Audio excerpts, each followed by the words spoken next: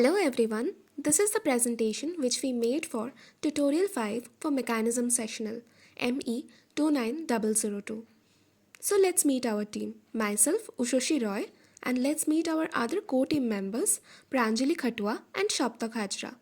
Let's take you through our journey from problem definition to simulation, analysis and insights. So coming to our contents page, first of all our problem statement, and then we will do the area swept by the wiper, after that the degree of freedom calculation, then the Grashof criteria, followed by velocity and acceleration analysis, torque analytical analysis, and then the simulation, and last but not the least the talk. Now let's come to our problem statement. Our task was to design, synthesis, and simulate a windscreen wiper mechanism capable of delivering a smooth, consistent wiping motion without any quick return effect. A challenge that lies at the heart of efficient automotive visibility systems. To achieve this, we first needed to establish the complete swept area of the wiper and accurately analyze its path. This required a detailed study of wiping motion, geometric constraints, and kinematic behavior of each link involved in the mechanism. With the given dimensions, the project also demanded value-adding enhancements including adjustable wiping range for variable coverage, speed and acceleration estimation for realistic motion, motor torque requirement analysis to ensure mechanical feasibility. Through this integrated approach, our final output includes a precisely hatched swept area, key performance insights, and practical design improvements that elevate the efficiency, reliability, and adaptability of the mechanism. Windshield wipers play a pivotal role in automotive safety by ensuring a clear line of sight for drivers. Understanding the mechanics behind the area they sweep is not only a technical necessity, but also drives innovation in wiper design for maximum efficiency. In this slide, it mainly decodes the process of estimating the area covered by a wiper during its motion. By focusing on the neutral trajectory of the wiper arm, we apply a clear and practical formula to determine the swept area, connecting theoretical concepts to tangible design decisions.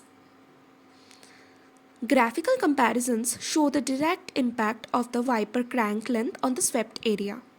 For instance, increasing the crank length from 100 mm to 300 mm significantly enlarges the covered zone, visually reinforcing how minor design tweaks can yield major functional benefits. Basically, the combination of formula, clear explanation, and comparative visuals makes this an essential tool for both technical analysis and a real-world engineering. It empowers designers and engineers to optimize wiper systems, directly translating to improved vehicular safety and user satisfaction.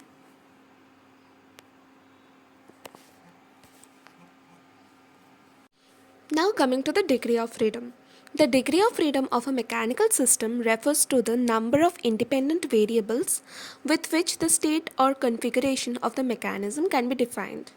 For our windscreen wiper mechanism, the number of degree of freedoms can be given by, here we have shown the degree of freedom calculations, and our degree of freedom is 1. Now let's look into the calculation part. This mechanism O2AB04 is a 4-bar linkage with the wiper connected at point C. Using the Grashof criteria, we compare the shortest and longest links with the remaining two. Since O2A plus AB is less than BO4 plus O2O4, the system satisfies Grashof's condition. This means link O2A acts as a crank and rotates fully while the other links rock. Thus, the mechanism is a crank rocker. Starting from the displacement equation, we differentiate to obtain angular velocity and acceleration relationships. The first derivative gives the link velocity ratio, while the second derivative incorporates partial derivatives to determine angular accelerations. These expressions describe how the mechanism moves as the crank rotates. Using virtual work, The input and output torques are related through the transmission factor J. A constant load moment acts on the wiper due to friction with the windshield. By combining the angular velocity relation with the work equation, we derive the final expression for J, linking input torque to output torque during motion. Now let's delve into the simulation part. So, hello everyone, my name is Shaptak Hajra, and this is the simulation of the kinematic design that we have made. So, as you can see here, we have a link that rotates 360 degrees, and this is what drives these couplers, which are in turn connected to this 4R chain. Now, this link that is rotating 360 degrees is called the crank. Now the crank rotates, and for that this 4R chain is ultimately being moved. Now here you can see that we have a vertical bar like this, that is actually the main wiper that is wiping, and this blue region marks the area that is being wiped. So now let's see the V and A graph. So this is the velocity graph and this is the corresponding acceleration graph. Now one thing to note about this velocity graph is we can see that this region, this one is for the journey that is like it's the going journey, and this next part is for the return journey. So as you can see that this time that is being taken to go from this side to that side, and the time that is taken to come from that side to this side are nearly the same. So this is a non-quick return mechanism where the time taken to go and the time taken to come are the same. So we can see that this is a non-QRR mechanism. So that is all about the synthesis, and thank you.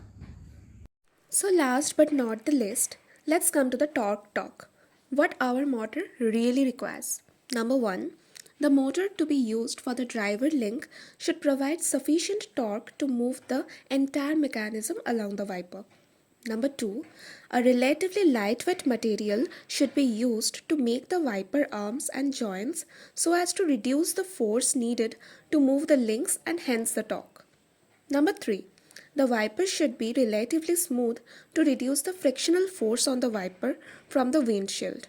This will reduce the torque requirement. Number 4. Friction between the joints and the links of the mechanism will also consume some of the motor torque, so some lubricating oil may be needed in the practice. On behalf of our entire team, we extend a heartfelt thank you to Anirban sir and Ogno sir and all the teaching assistants who guided us throughout this project. Your encouragement and expertise truly inspired us. We appreciate your support and hope to carry these lessons forward together. Thank you.